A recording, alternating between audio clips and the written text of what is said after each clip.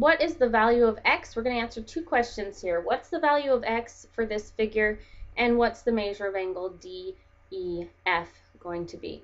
So first, let's answer what's the value of x. So looking at our picture, once again, we can see that we have a pair of parallel lines. They're marked using the arrows here, so we know they're parallel.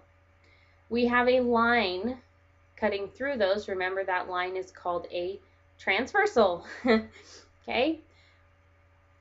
Where are our angles located? We have some theorems that go with transversals and parallel lines. Notice here is in between, or the interior, and both of the angles we're asking about are on the interior. So now we need to know, are they alternate or same side? Are they on the same side of the transversal or opposite sides?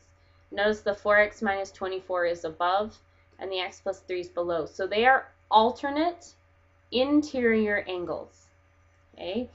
And if you look at your theorems, hopefully you wrote them down, you know that alternate interior angles are congruent. So 4x minus 24 should equal x plus 3. They were congruent angles, so they should be equal.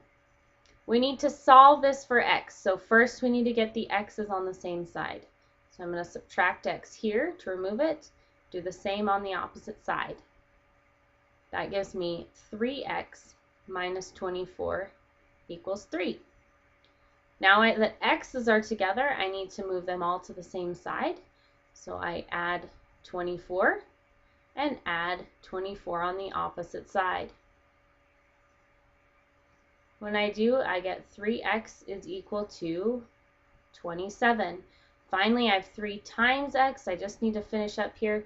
The opposite of multiplying by 3 is dividing by 3. Divide both sides by 3, and we get x is 9.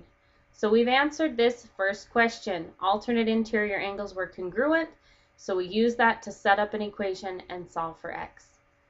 Part 2 says, then what is the measure of angle DEF? Well, where is angle DEF, first of all? The angle that goes from D to E out to F.